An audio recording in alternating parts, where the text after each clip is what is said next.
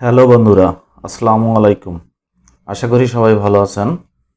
আজকে আমরা শিখব মাইক্রোসফট এক্সেলের ক্লিপবোর্ড, ফন্ট এবং অ্যালাইনমেন্ট এই তিনটা পার্টের ব্যবহার নিয়ে আজকের আলোচনা এবং খাতা কলমে আমরা শিখিয়ে দিব। তো বন্ধুরা, গত ক্লাসে যারা আমার গত পর্বের ভিডিওটি দেখেননি, অবশ্যই আমার চ্যানেলের প্লেলিস্টে গিয়ে এই গত পর্বের ভিডিওটি দেখে নেবেন। এবং নেক্সট টপিকস আমাদের থাকবে 15টি বেসিক ফর্মুলা অ্যান্ড ফাংশন। এটা নিয়ে আমরা নেক্সট 3 নম্বর টপিক্সে আলোচনা করব। আজকের বিষয় topics 2, ready to employee details. আমরা কিভাবে আমাদের যে কোনো একটা কোম্পানির বিভিন্ন এমপ্লয়ির ডিটেলসটা আমরা একটা ডাটাবেস তৈরি করব।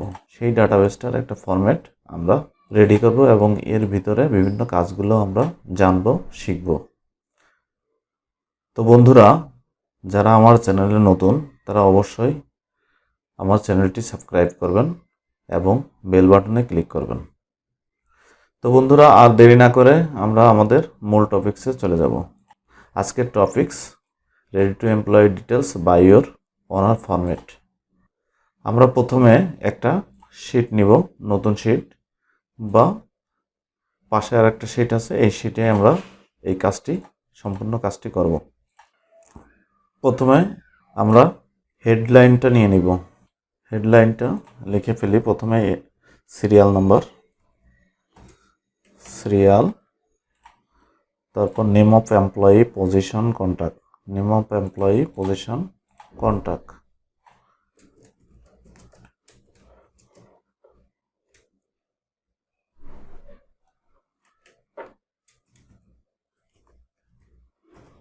Position, contact number.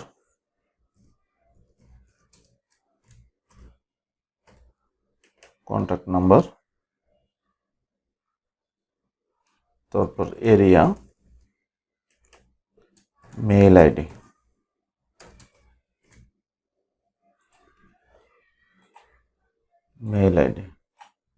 এটা আমরা নিচের সেলে দিব, নিচের রতে রাখলাম। আর এখানে একটা কোম্পানির জন্য হেডলাইন করব। তোমরা হেডলাইনটা এই পুরো একটা সেল নিব, মার্জ করে নিলাম।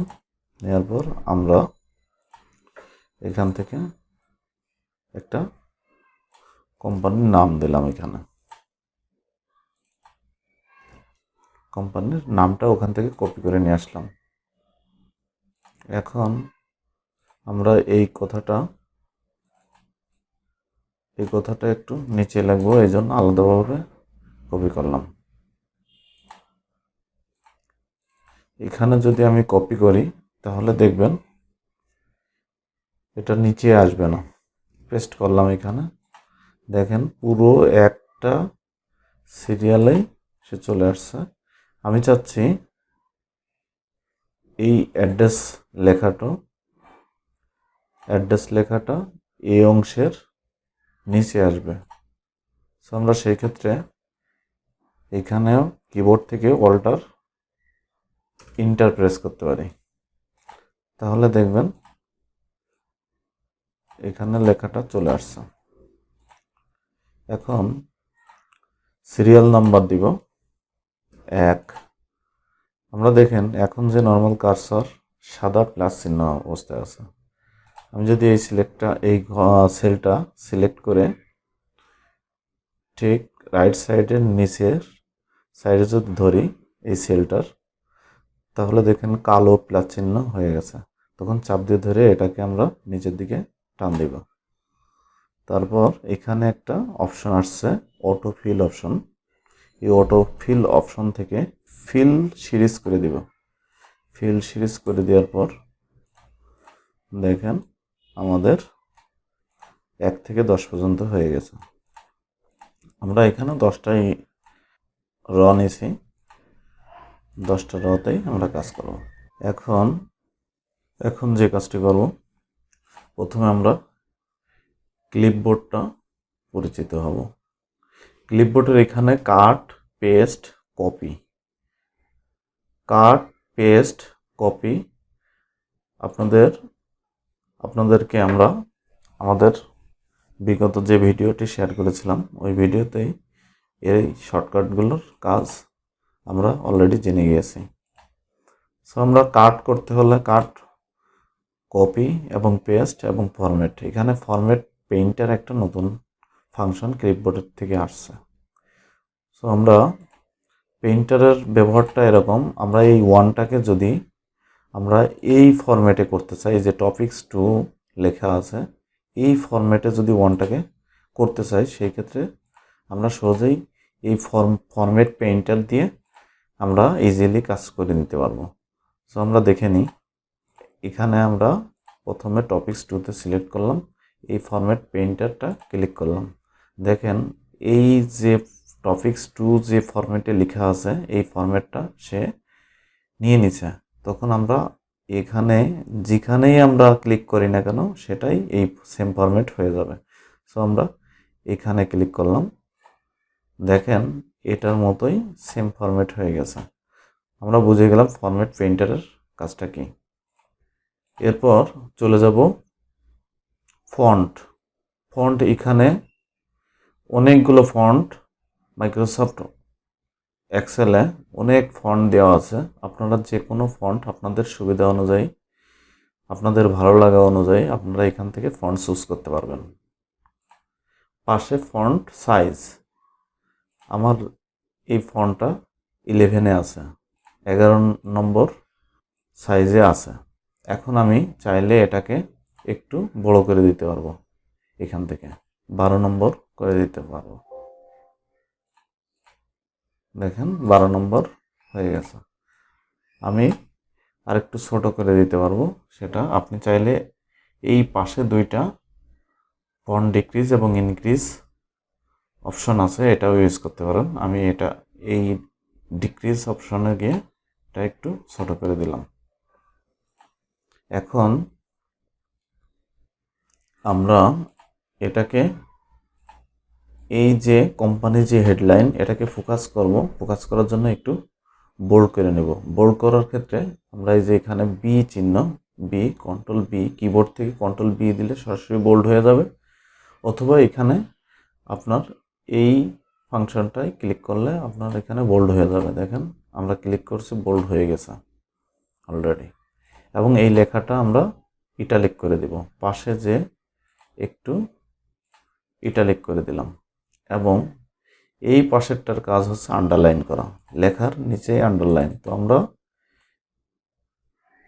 এই নিচের অংশটাকে আমরা আন্ডারলাইন করে দিব। দেখেন এখানে আন্ডারলাইন হয়ে গেছে। এরপর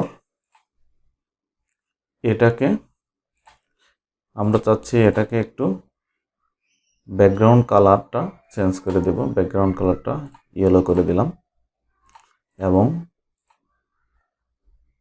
এই লেখাগুলোর নিচের এই লেখাগুলোর কালার রেড করে দেব। দেখেন এই লেখাগুলোর কালার আমরা রেড করে দিয়েছি। তাহলে আমরা কি শিখলাম?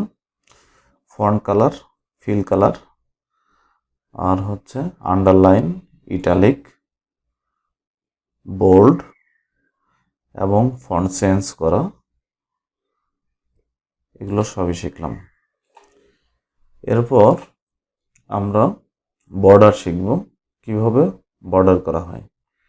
এটাকে আমরা পুরো সিলেক্ট করব, আমাদের যে কাজের এরিয়া সেই এরিয়াতে আমরা বর্ডার করে দেব। প্রথমে আমরা অল বর্ডার নিয়ে নিলাম। অল বর্ডার নেওয়ার পর আমরা এটাকে আরেকটু সৌন্দর্যের জন্য পুরো সিলেক্টটা একদম আরেকটা বর্ডার নিলাম। দেখেন চারিপাশে একদম চারিপাশে একটা মোটা বর্ডার হয়ে গেছে। এখন আমরা এই ব্যাকগ্রাউন্ড, সাদা ব্যাকগ্রাউন্ড করতে হলে আমরা যে কাজটি করতে হবে, দেখার সৌন্দর্যের জন্য আমরা এই সাদা ব্যাকগ্রাউন্ড করতে চাইলে ভিউতে যাবেন, ভিউতে গিয়ে এই গ্রিড লাইনটা উঠিয়ে দিলে আপনার সাদা ব্যাকগ্রাউন্ড হয়ে যাবে। এখন আমরা অনেক সময় প্রয়োজন হয় ছোট বড় করার জন্য বা এলোমেলো হয়ে থাকে, তখন আমরা এই সাইজ সবগুলো সাইজ সেম সাইজ করতে হলে আপনার এই গুলো প্রথমে সিলেক্ট করতে হবে। সিলেক্ট করার পর রাইট বাটন ক্লিক করে হাইট এখানে আপনি যে কোনো সাইজে দিতে পারবেন, দিয়ে ওকে করলে আপনার কাঙ্ক্ষিত সাইজ পেয়ে যাবেন। সবগুলোই সেম সাইজ। আপনি একই নিয়মে যদি আপনি কলামগুলোতেও এরকম সেম সাইজ করতে চান, তাহলে আপনি যে কলামগুলো সেম সাইজ করবেন সবগুলো সিলেক্ট করে রাইট বাটন ক্লিক করবেন, কলাম উইথ এখানে সাইজটা উল্লেখ করে ওকে করলেই আপনার সেম সাইজ হয়ে যাবে অটোমেটিক্যালি। তো বন্ধুরা, আমরা ক্লিপবোর্ড এবং ফন্ট এই দুইটা পট্টাই শিখলাম। এখন শিখব অ্যালাইনমেন্ট। অ্যালাইনমেন্টে centre, align left, align top, align middle, align bottom, align right এবং ওরিয়েন্টেশন, র্যাপ টেক্সট, মার্জ, এগুলো নিয়ে আমরা শিখব। প্রথমে আমরা পুরো সেলটা সিলেক্ট করব। পুরো সেলগুলো সিলেক্ট করলাম। সেল সিলেক্ট করার পর এটা আমরা চাচ্ছি প্রথমে যদি আমি টপ লাইন করি, দেখেন টপ লাইন ছিল, এখন টপ লাইন করলাম। এখন নিচে বটম লাইন আছে, এখন আমরা টপ লাইন করলাম। এখন লেফট লাইন করলাম, দেখেন লেখাগুলো সব লেফটে চলে গেছে। লেফট সাইড থেকে শুরু হবে, এটার মানে হচ্ছে লেফট সাইড থেকে শুরু হবে লেখাটা। আপনি এখানে টাইপ করলেন করিম, দেখেন এই সেলটার লেফট সাইডেই লেখা শুরু হয়। আর যখন আপনি এটাকে সেন্টার করে রাখবেন, তখন আপনি যদি করিম লেখেন দেখেন সেন্টারেই থেকে যাবে। করিম হক লেখেন, দেখেন কতটা সেন্টারেই থেকে যাবে।